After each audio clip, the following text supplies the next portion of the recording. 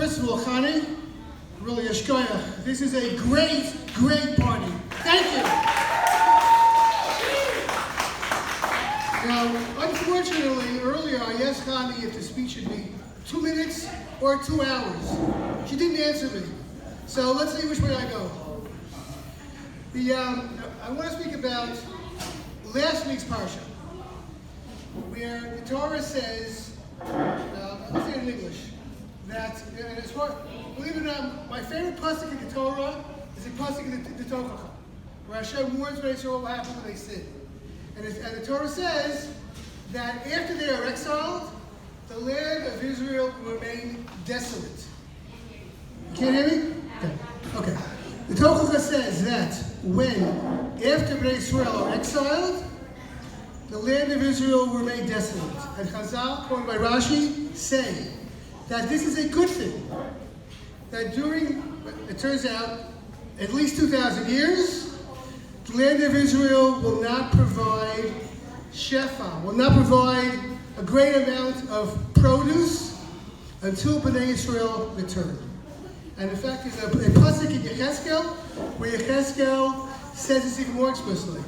Yechezkel says, mountains of Israel,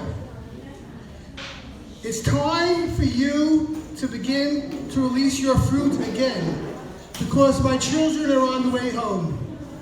And the Gemara in Sanhedrin says that there is no greater sign that Mashiach is on his way other than when we begin to see the fruit growing on the mountains of Israel. Now, Shimi, this is what you have to know.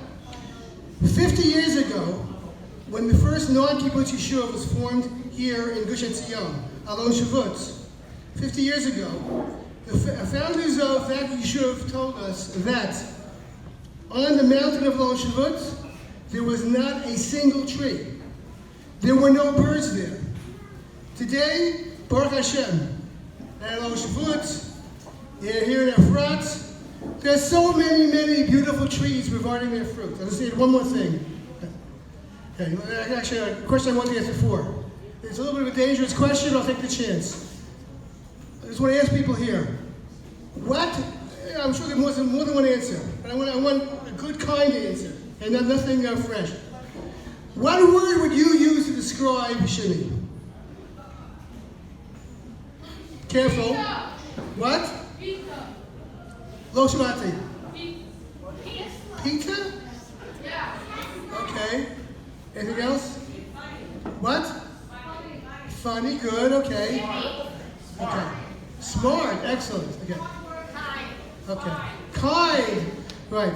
When I think of Shimi, I think of 2 words. One which came up during his Bar Mitzvah, etc. I think of him as being pure, and I think of him as being sweet.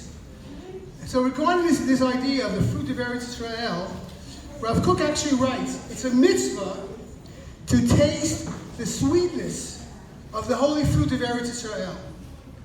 So that's really what I think of it, but before that. First of all, just in terms of the whole Tochacha thing. It's very interesting that sometimes we think of something as being terrible. We're exiled from the land for 2,000 years, but no, Chazal say it's a good thing, because during that time, there's a good aspect to it. That Eretz Israel will not produce fruit for anybody else. So even when things are tough, there's always a way to see the good in it. But also, there's a mitzvah to taste the sweetness, okay? Shimi, that's really how I see you, okay?